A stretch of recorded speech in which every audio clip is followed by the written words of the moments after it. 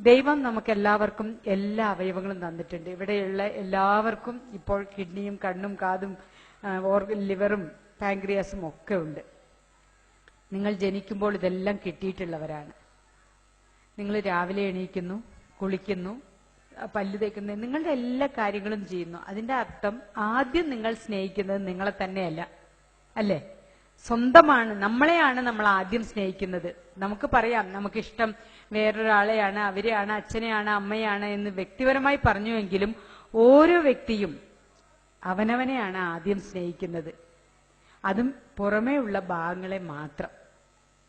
ഒരു വെള്ളിയാഴ്ച കിട്ടിക്കഴിഞ്ഞാൽ, അല്ലെങ്കിൽ കേരളത്തിലാച്ച ഒരു ഞായറാഴ്ച കിട്ടിക്കഴിഞ്ഞാൽ ബിരിയാണിയും നെയ്ച്ചോറൊക്കെ കഴിച്ച് വിശ്രമിക്കുകയാണ്. ആര് വിശ്രമിക്കുന്നു? പുറത്തെ ശരീരം കിടന്നു. ഉള്ളിലെ അവയവങ്ങൾക്ക് ഓവർലോഡ് അയച്ചു കൊടുത്തു. മറ്റുള്ള ദിവസങ്ങളിൽ എന്തെങ്കിലും കുറച്ച് കിട്ടിയിട്ട് അത് പണിയെടുത്തിരുന്നാൽ മതി. അന്നത്തെ ദിവസം ഇതെല്ലാം അടിച്ചു കയറ്റി വിശ്രമമാണ്. വിശ്രമിക്കുമ്പോൾ നമ്മുടെ അവയവം ഏറ്റവും കൂടുതൽ പണിയെടുക്കേണ്ട ഒരു സാഹചര്യമാണ്.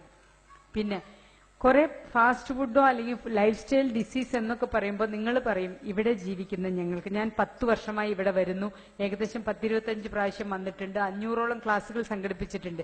നമുക്ക് മനസ്സിലാവുന്ന ഒരു കാര്യം, നിങ്ങളുടെ ഇവിടുത്തെ ജീവിത രീതി അനുസരിച്ച് ഈ പറഞ്ഞ ഭക്ഷണ രീതിയും നടക്കം, വ്യായാമം ഇതൊക്കെ വളരെ കുറവേ ചെയ്യാൻ പറ്റുമെന്നറിയാം.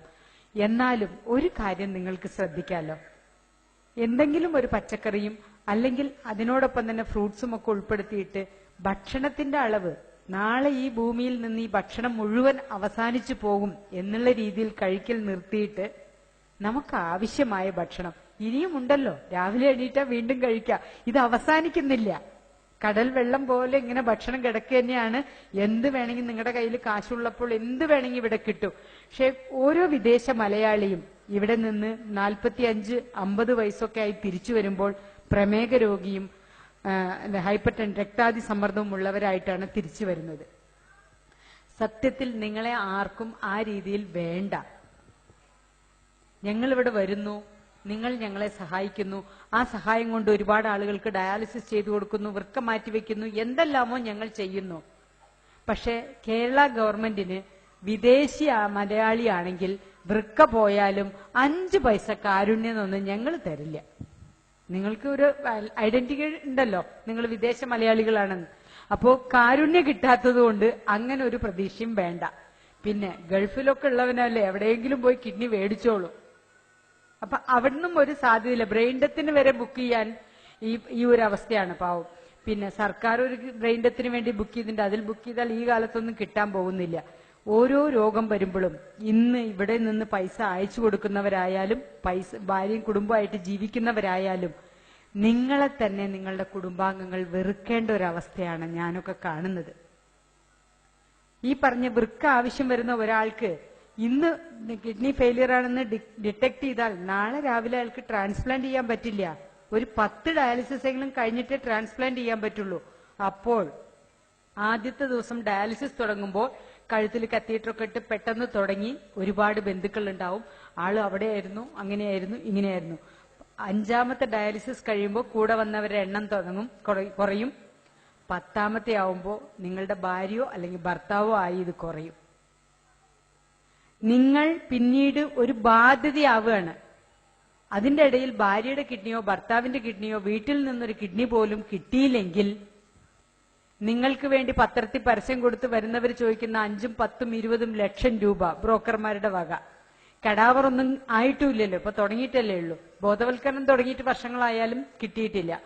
അപ്പോൾ സ്വാഭാവികമായിട്ടും നിങ്ങളുടെ വീട്ടിലും നിങ്ങളുടെ നാട്ടിലുമുള്ള ആളുകൾ നിങ്ങള് പീസ് പോയ ബൾബായിട്ട് കൂട്ടും. അതെപ്പോ വേണമെങ്കിൽ അടിച്ചു പോകാം. അത് പോയാലും ജനങ്ങൾ പറയാം അത് പണ്ടേ പോയതാ. ഒരു രീതിയിലും മരിക്കാൻ വേണ്ടി ആഗ്രഹിക്കും. ഡയാലിസിസ് യൂണിറ്റിന്റെ പടിക്കലുള്ള പല ആളുകളും എപ്പോഴാ ഒന്ന് മരിച്ചു കിട്ടുക ആലോചിക്കണം. ഒരു ഡയാലിസിസ് രോഗിക്ക് സൗജന്യമായി ഡയാലിസിസ് ചെയ്ത് കൊടുത്താലും അയാൾക്ക് എപ്പോട്ടിൻ എന്ന് പറഞ്ഞ് രക്തമുണ്ടാവാവുന്ന ഇഞ്ചക്ഷൻ എടുക്കണം, ഹെപ്പാരിൻ ഇഞ്ചക്ഷൻ വേണം, ഡയാലൈസർ വേണം, ബ്ലഡ് ട്യൂബ് വേണം, മരുന്ന് വേണം. ഇതൊക്കെ ചെയ്യുന്നതിനൊപ്പം മറ്റുള്ള അസുഖങ്ങൾക്ക് ചികിത്സിക്കാൻ ഇതിന് 6000 രൂപ ഏറ്റവും ചെലവ് കുറഞ്ഞ രീതിയിൽ കണക്കാക്കിയാൽ ഈ ചെലവ് മാത്രം 400 രൂപയ്ക്ക് എപ്പോട്ടിൻ, അത് ഒരാഴ്ചയിൽ 4 ആഴ്ചയിൽ 4 എണ്ണം. ഹെപ്പാരിൻ ഇങ്ങനെ കണക്ക് കൂട്ടിയാൽ വളരെ 1500 രൂപയ്ക്ക് പ്രൈവറ്റ് ആശുപത്രി കൊടുക്കുക, 400 രൂപയ്ക്ക് കൊടുത്താൽ പോലും 6000 രൂപ വേറെ വേണം. ഡയാലിസിസ് സൗജന്യം കിട്ടിയെന്ന് മറ്റുകൊണ്ട് മാത്രം പോരാ, അതിനോടൊപ്പം അയാളുടെ കുടുംബം ജീവിക്കുന്ന നമ്മൾക്കിത് സ്വാന്തന ചികിത്സയല്ല എന്ന് ഒരാൾക്കും മനസ്സിലാവുന്നില്ല. എല്ലാവരും വിചാരിക്കുന്നത് ഡയാലിസിസ് ചെയ്തു കഴിഞ്ഞാൽ രോഗിയായി എന്ന്. സത്യത്തിൽ ഡയാലിസിസ് എന്ന് പറയുന്നത് നമ്മൾ ജീവിതത്തിലേക്ക് തിരിച്ചു വന്ന് നോർമലായിട്ട് ജീവിക്കാൻ വേണ്ടിയാണ് ചെയ്യുന്നത്. കേരളത്തിലെ സാമ്പത്തിക അവസ്ഥയും മാനസികാവസ്ഥയും അവരെ രോഗികളായി തന്നെ തീർക്കുന്നു. അപ്പോൾ ആ രോഗി മരിച്ചാൽ ഉണ്ടാവുന്ന ലാഭമാണ് എല്ലാവർക്കും തോന്നുന്നത്. അങ്ങനെ സഹജീവികളെ വെറുക്കാനുള്ള ഒരു അവസരത്തിലേക്കാണ് നമ്മൾ പോയിക്കൊണ്ടിരിക്കുന്നത്. കഡാവർ ട്രാൻസ്പ്ലാന്റേഷൻ നിലവിൽ വന്നു കഴിഞ്ഞാൽ ഈ ഒരു രോഗി ആർക്കും ബാധ്യതയല്ല. സൗജന്യമായിട്ടാണ് ഈ കിഡ്നി കിട്ടാൻ പോകുന്നത്. അയാൾ ഉണ്ടാക്കിയ എന്തെങ്കിലും സമ്പത്ത് കൊണ്ട് അയാളുടെ വൃക്ക മാറ്റിവെച്ച് അയാൾക്ക് തിരിച്ച് ഇവിടെയോ നാട്ടിലോ എവിടെയെങ്കിലും ജോലി ചെയ്ത് ജീവിക്കാം.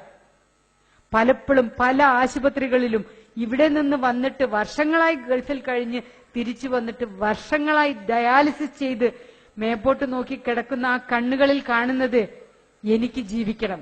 പുറത്തിരിക്കുന്ന കുടുംബാംഗങ്ങൾ പറയണത് ഒന്ന് മരിച്ചിരുന്നെങ്കിൽ. അയാൾ ജീവിക്കാൻ അയാളും അയാളെ ചികിത്സിക്കുന്ന ആശുപത്രിക്കാരും മാത്രമേ ആഗ്രഹിക്കുള്ളൂ. അയാൾ ജീവിച്ചിരിക്കുന്നാൽ ലാഭമുള്ളത് രണ്ടാൾക്കാ. ഞാൻ ജീവിച്ചാൽ എനിക്കും പിന്നെ എന്നെ ചികിത്സിക്കുന്ന ആശുപത്രിക്കും. എന്റെ വീട്ടുകാർക്ക് ഇന്നിവിടെ വരുന്ന 400 രൂപയിലുമായിട്ട് ബസ്സിനും അല്ലെങ്കിൽ ഓട്ടോയിലോ കൊണ്ടുവരുന്ന ആ കാശ് പോലും വേസ്റ്റായിട്ട് ചെലവാക്കുന്ന ഒരു ഫീലിംഗാ. അങ്ങനെ മറ്റുള്ളവർ നമ്മുടെ മരണം ആഗ്രഹിക്കുന്ന രീതിയിൽ ഒരു മരണം നിങ്ങൾ ആരും ആഗ്രഹിക്കരുത്, അതിലേക്ക് മുതിരരുത്. അതാണ് എനിക്ക് ആദ്യമായി പറയാനുള്ളത്. രണ്ടാമത്, ഒരാൾക്ക് വേണ്ടി പത്രത്തിലൊക്കെ നിങ്ങൾ കാണാം, വൃക്കരോഗി കനിവ് തേടുന്നു, ഹൃദയരോഗി കനിവ് തേടുന്നു, അല്ലെങ്കിൽ ഹാർട്ട് പേഷ്യന്റ്, ക്യാൻസർ പേഷ്യന്റ്. നമുക്ക് വേണ്ടി വേറൊരാൾ പിരിക്കുക എന്ന് പറയുന്നത് ഇവിടെ ഇരിക്കുന്ന ആർക്കെങ്കിലും ഒരാൾക്ക് അംഗീകരിക്കാൻ പറ്റുമോ? നിങ്ങളെല്ലാവരും പ്രാർത്ഥിക്കണ ഇപ്പൊ അതല്ലേ. നമുക്കൊന്നും ഈ അവസ്ഥ വരില്ല എന്ന് വിശ്വസിക്കുന്നവരും വരരുത് എന്ന് ആഗ്രഹിക്കുന്നവരും ഉണ്ട്. അപ്പൊ അത് ഉറപ്പിച്ച് തീരുമാനിക്കുക. എനിക്ക് വേണ്ടി എന്റെ സഹപാഠികളോ എന്റെ കുടുംബക്കാരോ മറ്റുള്ളവരുടെ അടുത്തുനിന്ന് 1 രൂപ പോലും പിരിക്കാനുള്ള അവസ്ഥ വരരുത്. മാരക രോഗങ്ങളൊന്നും വരാതെ ശ്രദ്ധിച്ചോളാമെന്ന്. എല്ലാ അവയവങ്ങളും ഉണ്ട്. സ്വർണ്ണപ്പീടികയിൽ പോയി സ്വർണ്ണമെടുക്കാൻ സ്ത്രീകൾ ഒരുപാട് സമയം, ബ്യൂട്ടി പാർലറിൽ പോകാൻ, പുരുഷന്മാർ ഷേവ് ചെയ്യാൻ ഒക്കെ സമയം കിട്ടുന്ന നിങ്ങൾക്ക് ഒരു 10 മിനിറ്റ് ദിവസവും നിങ്ങൾക്ക് വ്യായാമം ചെയ്യാൻ വേണ്ടി മാറ്റിവെക്കാൻ പറ്റില്ല എന്ന് പറയുന്നത് ഒരു രീതിയിലും ശരിയല്ല. 24 മണിക്കൂറിൽ 10 മിനിറ്റ് സ്വന്തം ആരോഗ്യത്തിന് വേണ്ടിയിട്ട്, വേറെ ആർക്കും വേണ്ടിയിട്ടല്ല. നിങ്ങൾ ഇവിടെ വന്ന് കഷ്ടപ്പെടുന്നത് കുടുംബക്കാർക്ക് വേണ്ടിയിട്ടാണ്, സമൂഹത്തിന് വേണ്ടി ഒക്കെ ആണെങ്കിലും നിങ്ങൾക്ക് വേണ്ടി ഒരു 10 മിനിറ്റ് മാറ്റിവെക്കുക. വർഷത്തിൽ ഒരിക്കൽ ഇവിടുന്ന് പോകുമ്പോൾ നാട്ടിൽ പോയിട്ട് ഹെൽത്ത് ചെക്കപ്പ് ചെയ്യാം. കാറ് വിളിക്കുന്നു, കല്യാണത്തിന് പോകുന്നു, സദ്യ കൊടുക്കുന്നു, എല്ലാം ചെയ്യുന്നതോടൊപ്പം നിങ്ങൾ ആരോഗ്യവാനാണോ? നിങ്ങൾ ഇവിടെ തിരിച്ചു വന്ന് ഇവിടെ കിടന്ന് മരിക്കാൻ ഉള്ള അവസ്ഥ. ഇപ്പൊ 22 വയസ്സിൽ ഹാർട്ട് അറ്റാക്ക് വന്ന് മരിക്കുന്നവരെ കാണുന്നു. അത്തരം ഒരു മരണം എനിക്ക് സംഭവിക്കാതിരിക്കട്ടെ, അതിനുവേണ്ടി ഒരു 2000 രൂപ ഞാൻ മാറ്റിവെക്കും എല്ലാ കൊല്ലം എന്ന് ഓരോരുത്തരും തീരുമാനം എടുക്കുക. നമ്മൾക്ക് ഈ തീരുമാനം, മറ്റുള്ളവരുടെ അവയവത്തിന് വേണ്ടി എന്തിനാണ് കേഴുന്നത്? എല്ലാം നിങ്ങൾക്കില്ലേ? ഇത് മുഴുവൻ ജീവിത ശൈലി രോഗം കൊണ്ട് കളഞ്ഞിട്ട് വേറൊരാളുടെ അവയവത്തിന് അയാൾ തരണം എന്ന് പറയുന്നത് ഏത് രീതിയിലാ? നീ എന്താണ് ആർക്കെങ്കിലും കൊടുത്തിട്ടുള്ളത്? അച്ഛൻ പറഞ്ഞു കൊടുക്കണം, നീ ഒന്നും കൊടുത്തിട്ടില്ലല്ലോ, പിന്നെ എങ്ങനെ നീ വേറൊരാളുടെ അവയവത്തിന് വേണ്ടി നടക്കും? അപ്പോൾ അത്തരം അവയവങ്ങൾ എനിക്ക് വേണ്ട, ഞാൻ എന്റെ അവയവം കൊണ്ട് മരണം വരെ ജീവിക്കും. മാർ ക്രിസോസ്റ്റം തിരുമേനിയാണ് ഈ പ്രൊജക്ടിന്റെ ഈ കരുതൽ എന്ന് പറയുന്ന ഞങ്ങളുടെ ഈ പ്രൊജക്ടിന്റെ ചെയർപേഴ്സൺ. തിരുമേനി നിങ്ങളുടെ അവസ്ഥ എന്താണെന്ന് പരിശോധിക്കുകയും ഒരു ഡയബറ്റിക് പേഷ്യന്റ് ആണ് എന്ന് അറിഞ്ഞു കഴിഞ്ഞാൽ മരുന്ന് ഡോക്ടർ പറയുന്ന രീതിയിൽ കഴിച്ചാൽ മാത്രം പോരാ. വ്യായാമം, ഭക്ഷണ നിയന്ത്രണം, കൃത്യമായ പരിശോധന, പിന്നീടാണ് മരുന്ന്, 4മതാണ് മരുന്ന്. ആദ്യം മരുന്ന് കഴിച്ചുകൊണ്ട് കാര്യമില്ല. ഇത് ചെയ്തില്ലെങ്കിൽ നിങ്ങളും ഈ ഡയാലിസിസ് യൂണിറ്റിലും എന്റെ അടുത്തും അച്ഛന്റെ അടുത്തും രജിസ്ട്രേഷൻ ഫോമുമായി നിൽക്കേണ്ട ഒരു അവസ്ഥ വരും. അതുകൊണ്ട് എപ്പോഴും പറയുന്ന ആ സമയമില്ല എന്നുള്ളത് ഒന്ന് മാറ്റിവെക്കുക. സ്വന്തം കാര്യം ചിന്തിക്കുക. നിങ്ങൾ തന്നെ നിങ്ങളെ ഇമാജിൻ നോക്കുക. ഞങ്ങളുടെയൊക്കെ അടുത്ത് വന്നിട്ട് എനിക്ക് കിഡ്നി ഇല്ല, എനിക്ക് ഹാർട്ട് കംപ്ലൈന്റ് ആണെന്നോ എനിക്ക് അല്ലെങ്കിൽ ലിവർ ഫെയിലിയർ ആണോ എന്ന് പറയുമ്പോൾ ഞങ്ങൾക്ക് ഉടനെ എടുത്ത് തരാൻ പറ്റില്ല. ഇതൊന്നുമില്ല. ചിലവർ മേടിക്കും. ഇപ്പൊ നന്നായിരിക്കുന്നുണ്ട്, 2 മേടിച്ച് ഫ്രിഡ്ജിൽ വെച്ചാലോ എന്നൊക്കെ എന്നോട് ചോദിക്കാറുണ്ട്.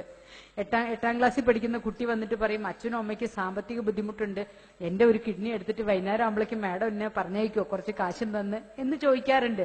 അതുപോലെ എടുത്തു തരാൻ പറ്റുന്ന ഒരു അവയവമല്ല. അതിനുള്ള നിയമക്കുരുക്കുകളും ബുദ്ധിമുട്ടുകളും പിന്നെ ഈ പറഞ്ഞ സാമ്പത്തിക ബാധ്യതകളും നിങ്ങൾക്കറിയില്ലല്ലോ. ഇപ്പൊ നമുക്ക് തോന്നും ശരീരത്തിന് ഒരു വിലയുമില്ല. ലക്ഷക്കണക്കിന് വിലയുള്ള ഒരു അവയവങ്ങൾ, ഒരുപാട് അവയവങ്ങളുമായിട്ടാണ് നമ്മൾ ജീവിക്കുന്നത് എന്ന സത്യം ഇത് പോകുമ്പോൾ മാത്രമേ തിരിച്ചറിയാൻ പറ്റുന്നുള്ളൂ. ആരുടെയൊക്കെ മുന്നിൽ തമിഴ്നാട്ടിലോ ആന്ധ്രയിലും കേരളത്തിലും ഒക്കെ ഉള്ള ബ്രോക്കർമാരുടെ മുന്നിൽ പരക്കം പായുന്ന ഒരുപറ്റം മലയാളികൾ, ചൂഷണം ചെയ്യപ്പെടുന്ന ഒരുപറ്റം മലയാളികളെ ഞാൻ കണ്ട് മടുത്തിരിക്കുകയാണ്. അതുകൊണ്ട് ദൈവത്തെ ഓർത്ത് നിങ്ങളുടെ ജീവിതത്തിൽ നിങ്ങൾ ഒരു അടുക്കും ചിട്ടയും കൊണ്ടുവരികയും സ്വന്തം ശരീരം നിങ്ങൾ പുറത്ത് സ്നേഹിക്കുന്ന പോലെ അകത്ത് അവയവങ്ങളെയും സ്നേഹിച്ച് ആരോഗ്യമുള്ള ആരുടെയും അവയവത്തിന് കേഴാതെ സ്വന്തം ആരോഗ്യത്തിൽ ജീവിക്കാൻ നിങ്ങൾ എല്ലാവരും തയ്യാറാകണമെന്ന് അഭ്യർത്ഥിച്ചുകൊണ്ട് എന്റെ വാക്കുകൾ നിർത്തുന്നു. നന്ദി, നമസ്കാരം.